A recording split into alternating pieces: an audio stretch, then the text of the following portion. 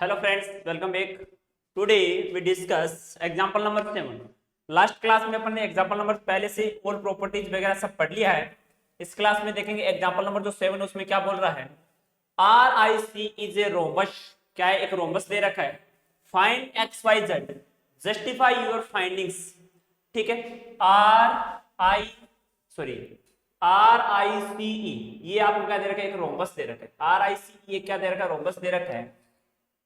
और क्या दे रखा है? और आपको क्या बता, जस्ट एक्स वाई जेड आपको फाइंड करना है. क्या दे रखा है? इसमें एक्स वाई जेड आपको क्या करना है? फाइंड करना है. आर आई एस सी एक रोमबस है जिसमें एक्स वाई जेड आपको क्या करना है? फाइंड करना है. तो मैं यहाँ पे इसको बना देता हूँ, इसको पूरा. आपको क्या करना है? एक्स वाई जेड फाइंड करना है. क्या करना है? X R I S C एक रोमबस है जिसमें एक्स वाई जेड क्या करना है? फाइंड करना है. ठीक है. हाँ, अब देखो क्या दे रखा है. क्या दे रखा है? आर आई एस सी दे रखा है. आपको पता है कि रोमबस होता है वो एक दूसरे से क्या करता है? बाइसेक्ट करता है. रोमबस क्या करता है? बाइसेक्ट करता है. यानी इसके जो एक दूसरे से ये जैसे सीओ है तो सीओ इक्वल होगा किसके? ओ आर के. ये इस बात का आपको पता है. और आई इक्वल होगा किसके? आईओ इक्वल होगा किसके? ईओ के. आईओ इक्वल होगा ईओ के. देखो सीओ कितना दे रखा आपको? सीओ कितना दे रखा है? 12 दे रखा है. तो ये भी कितना होगा? 12 होगा कि नहीं होगा? यानी आरओ भी कितना होगा? 12 होगा. यानी y इज इक्वल टू कितना आ गया? 12 हो गया. देखो ये आपका कितना आ गया? y इज इक्वल टू कितना आ गया? 12 आएगा कि नहीं आएगा? ठीक है. ये देखो ये आपका अगर ईओ ईओ कितना है? x है. और ओ आई इक्वल है ईओ के, तो ये कितना होगा? 5 होगा. और ये आपको पता है कि रोम्बस एक दूसरे से क्या परपेंडिकुलर बाइसेक्ट होते हैं. क्या होते हैं? परपेंडिकुलर बाइसेक्ट करते हैं. यानी ये परपेंडिकुलर बाइसेक्ट करते हैं. देखो तो ये देखो आपको इस प्रकार एंगल दिखाई दे रहा है कि ये एंगल कितना डिग्री बन रहा है. यहाँ पे इस प्रकार से कोई एंगल बन रहा है. यहाँ पे अगर आप देखेंगे तो ये एक एंगल आपको बनता हुआ यहाँ पे दिखाई दे रहा है. यानी एक ट्राइंगल देखो इस प्रकार से आपको एक ट्राइंगल दिख रहा है कि ये वाला इस प्रकार से ऐसा इस प्रकार से एक ट्राइंगल दिख रहा है आपको. मैं इस प्रकार इस ट्राइंगल को बना देता हूँ. ऐसा आपको एक ट्राइंगल दिख रहा है. ऐसा कुछ आपको एक ट्राइंगल दिख रहा है. ये आई दे रखा है, ये ओ दे रखा है और ये क्या दे रखा है? आर दे रखा है. ये आई दे रखा है, ओ दे रखा है और क्या दे रखा है? आर दे रखा है. ठीक है. अब देखो ये वाला एंगल कितना दे रखा है? 90 डिग्री दे रखा है. आपको तो ये जेड पूछ रहा है. क्या पूछ रहा है? जेड पूछ रहा है. ठीक है. ये कितना दे रखा है? आपको 5 दे रखा है. और ये कितना दे रखा है? 12 दे रखा है. कितना दे रखा है? 12 दे रखा है. आपको पता है ये वाला जो एंगल होगा ये साइड जेड कितनी होगी ये पूछ रहा है अपन को. आपको ये एक राइट एंगल ट्राइंगल नहीं दिख रहा क्या? इस प्रकार आपको इस फॉर्म में नहीं दिख रहा कि ये राइट एंगल ट्राइंगल. एंड एक राइट एंगल ये 90 डिग्री है. जो पॉइंट ओ है और ये क्या है? आई है. ये क्या है? आई है. और ये क्या है? आर है. ये क्या है? आर है. और इसमें देखो आपको क्या क्या दे रखा है इस इस पॉइंट में ओ आई कितना दे रखा है? ओ आई कितना दे रखा है? 5 सेंटीमीटर दे रखा है. ओ आई कितना दे रखा है? 5 सेंटीमीटर दे रखा है. और ओ आर कितना दे रखा है? 12 सेंटीमीटर दे रखा है. और आपको पूछ क्या रहा है? आई आर पूछ रहा है. यानी ये वाला पूछ रहा है. कौन सा पूछ रहा है? ये वाला आपको पूछ रहा है. यानी आई आर होगा वो कितना होगा. तो आपको एक बात ध्यान रखनी पड़ेगी. क्या इसमें पाइथागोरस थ्योरम लगती है? पाइथागोरस थ्योरम क्या बोलती है? परपेंडिकुलर 7th क्लास में पढ़ी होगी कि परपेंडिकुलर का स्क्वायर होता है. परपेंडिकुलर स्क्वायर प्लस बेस का स्क्वायर वो किसके इक्वल होता है? हाइपोटेनस का स्क्वायर होता है. तो 90 डिग्री के जस्ट सामने की साइड ये तो होती है हाइपोटेन्यूज. क्या बोलते हैं इसको? हाइपोटेन्यूज बोलते हैं. एंड हाइपोटेन्यूज का स्क्वायर इक्वल टू ये एक परपेंडिकुलर हो गया. एक दोनों में से बेस मान ले, किसी को माने नो प्रॉब्लम. ठीक है. तो किस क्या हो जाएगा? हाइपोटेन्यूज का स्क्वायर इज इक्वल टू 5 का स्क्वायर प्लस क्या हो जाएगा? 12 का क्या हो गया? स्क्वायर हो जाएगा. तो 5 का स्क्वायर कितना होता है? 25. और 12 का स्क्वायर कितना? 144 हो जाएगा. कितना हो जाएगा? 144 हो जाएगा. और ये क्या हो जाएगा? h का स्क्वायर हो जाएगा. ठीक है. तो ये कितना आ जाएगा? 169 आ जाएगा. 169 आ जाएगा. तो 169 किसका स्क्वायर होता है? 13 का स्क्वायर हो जाता है. h इज इक्वल टू कितना आ जाएगा? आपको पता है 169 आ गया. मैं इस साइड में लिख देता हूँ 169. h square is equal to कितना आ गया? 169 आ जाएगा. तो ये क्या आ जाएगा? ये स्क्वायर हटेगा तो इस साइड में आपको पता है रूट लगेगा. देखो स्टूडेंट ये जब स्क्वायर हटता है तो इस साइड में जाके क्या बन जाएगा? रूट बन जाएगा. तो देखो इस रूट का मतलब होता है पावर हाफ. इस रूट का मतलब क्या होता है? Power half. ये जो 13 का स्क्वायर होता है 13 का क्या होता है? स्क्वायर होता है. और इस रूट का मतलब होता है पावर हाफ. इस रूट का तो कैंसिल आउट हो जाएगा. h इज इक्वल टू कितना आ जाएगा? 13 सेंटीमीटर आ जाएगा. h इज इक्वल टू कितना आ गया आपका? 13 सेंटीमीटर आ जाएगा. ठीक है. इतना सा ध्यान रखना.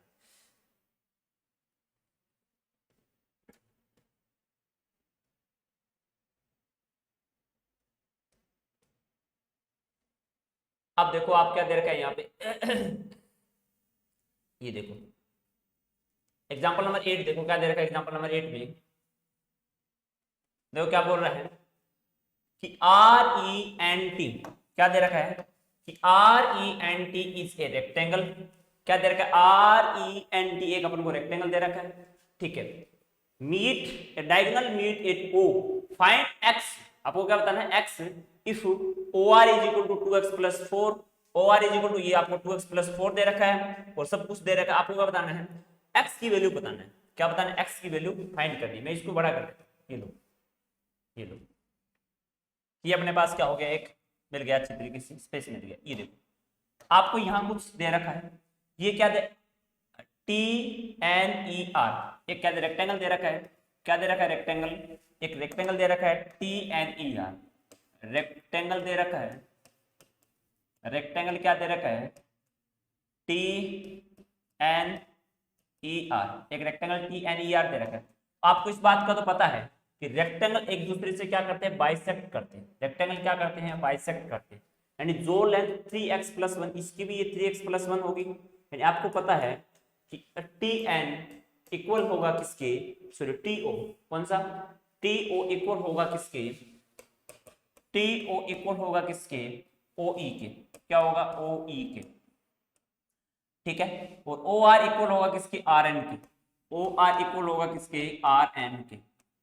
ये रेक्टेंगल की प्रॉपर्टी पढ़ाई आपको पता है, ठीक है। ये भी 3x प्लस 1 होगा, ये वाला कितना होगा 2x प्लस 4 है तो ये वाला भी कितना होगा 2x प्लस 4 होगा। और रेक्टेंगल के जो डायगोनल्स होते हैं वो इक्वल होते हैं, यानी डायगोनल्स होते हैं वो क्या होगा इक्वल होंगे। TE इक्वल होगा RN के। TE इक्वल होगा डायगोनल होंगे, डायगोनल होंगे वो क्या होंगे डायगोनल होंगे TE इक्वल होगा किसके RN के। किसके इक्वल होगा RN के, यानी जो TE है वो इक्वल होगा ये वाला TE, ये वाला डायगोनल ये वाला इक्वल होगा किसके इस RN के। इसके क्या होगा ये इक्वल होगा, ठीक है। तो आपको क्या दे रखा है TE, तो TE है जो TE होगा वो 2 टाइम्स नहीं होगा क्या 3x प्लस 1 और 3x plus 1, TO plus OE नहीं होगा क्या TE होगा वो 3x plus 1 3x plus 1 into 3x plus 1, ठीक है। और ये वाला होगा वो क्या होगा 2x प्लस 4 2x प्लस 4 नहीं होगा क्या 2x plus 4 plus 2x plus 4, यानी 2x plus 4 plus 2x plus क्या होगा 4 होगा, ठीक है। इसको अगर अपन ऐड करें, क्या करें इसको अगर अपन ऐड करें तो 3x प्लस 3 कितना होगा 6x और प्लस कितना होगा 2 होगा और 2x प्लस 2x कितना होगा 4x और प्लस कितना होगा 8 होगा, ठीक। इस साइड में आएगा तो क्या होगा 2x इज इक्वल टू कितना आ जाएगा, ये साइड में जाएगा तो 8 माइनस 2 आ जाएगा, तो 2x इज इक्वल टू कितना आ जाएगा 6 आ जाएगा, x इज इक्वल टू कितना आ जाएगा 3 आ जाएगा। x की वैल्यू कितनी आ जाएगी 3, x की वैल्यू फाइंड करनी थी, ये अपन x की वैल्यू क्या कर दी फाइंड कर दी, ठीक है। स्क्वायर एक एक क्वेश्चन दे रखे इसमें, स्क्वायर में कोई एग्जांपल नहीं दे रखे, ठीक है ना।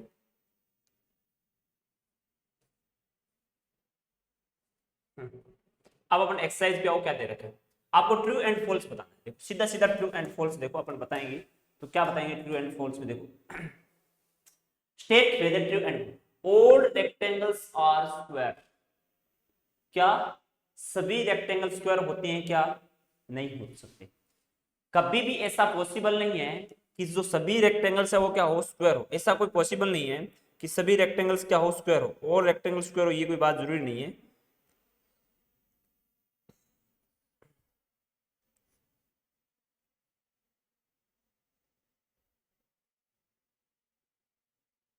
हाँ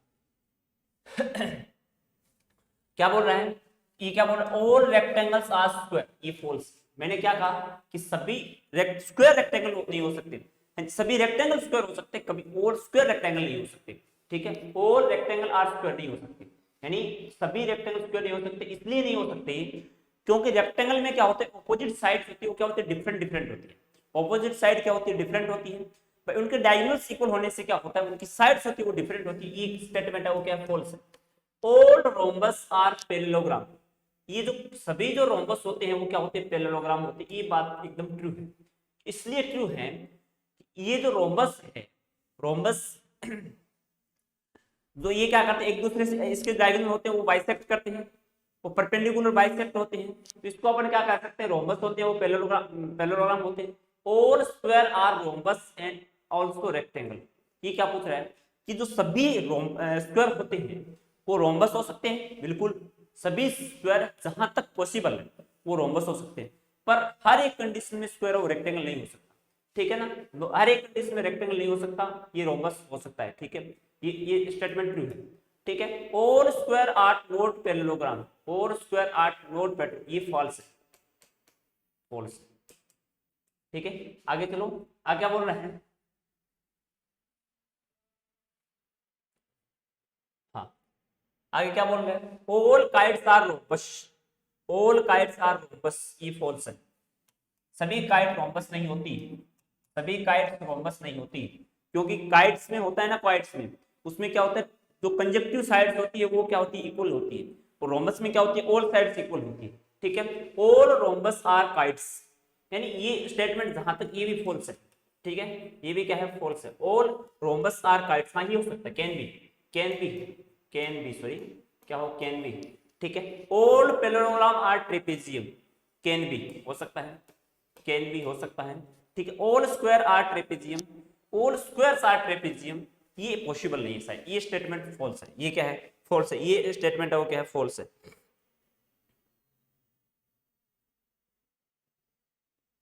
हाँ, ऑल स्क्वायर्स आर ट्रेपेजियम, हाँ देखो स्क्वायर्स होते हैं, स्क्वायर इस प्रकार अपना स्क्वायर बनता है, तो वो क्या होता है, एक ट्रेपेजियम हो सकता है, यानी कैन भी हो सकता है, क्योंकि स्क्वायर होता है वो अपने उसकी हर एक साइड से होती है, पैरेलल होती है, ठीक है। हाँ तो ये बात आपको ध्यान रखनी स्टूडेंट्स।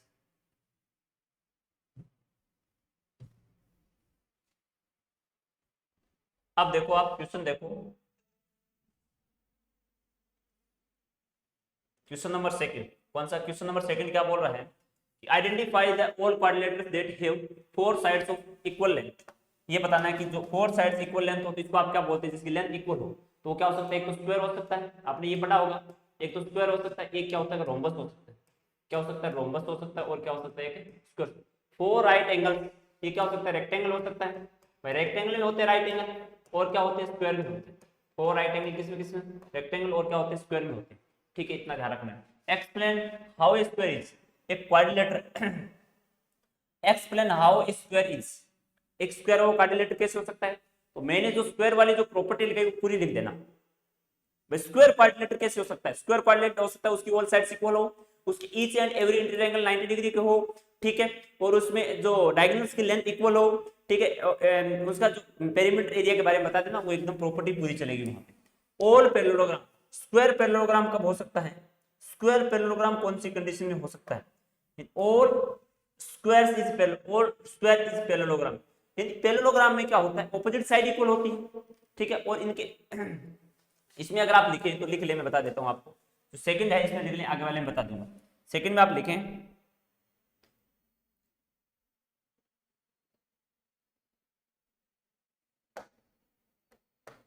इसमें आप लिख लें, क्या लिखेंगे, square is a parallelogram, square is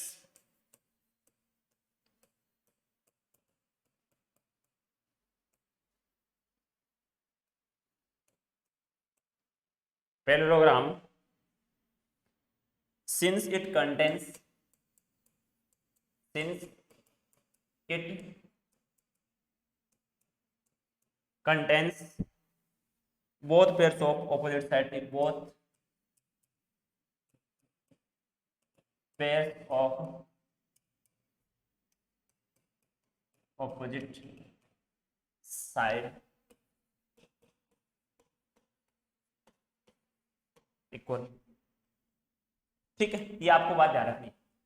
rhombus, rhombus कब हो सकता है, जिसकी ऑल साइड्स क्या रोम्बस की इक्वल होती है, ऑल साइड इक्वल हो, रोम्बस में क्या हो सकता है, रोम्बस में ऑल साइड्स इक्वल हो।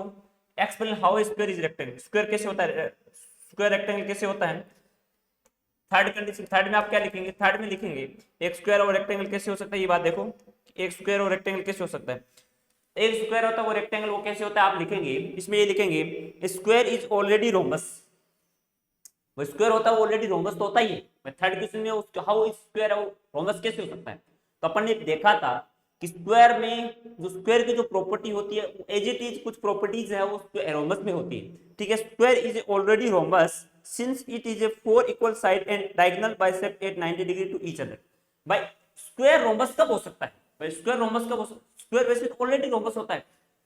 अगर स्क्वायर अपन रोम्बस कहें वो क्या करने चाहिए, उसकी ऑल साइड्स इक्वल हो, ये तो अपन को पता है। और उसके डायगोनल्स होते हैं वो एक दूसरे को क्या करने चाहिए, बाइसेक्ट करने चाहिए। डायगोनल्स क्या करने चाहिए, एक दूसरे को बाइसेक्ट करने चाहिए, ठीक है। और एक दूसरे 90 डिग्री परपेंडिकुलर बाइसेक्ट करनी चाहिए, ठीक है। ये आपको ध्यान रखना है। और ये क्या बोल सकता है, एक रेक्टेंगल का बोल सकता है, ये आप करेंगे।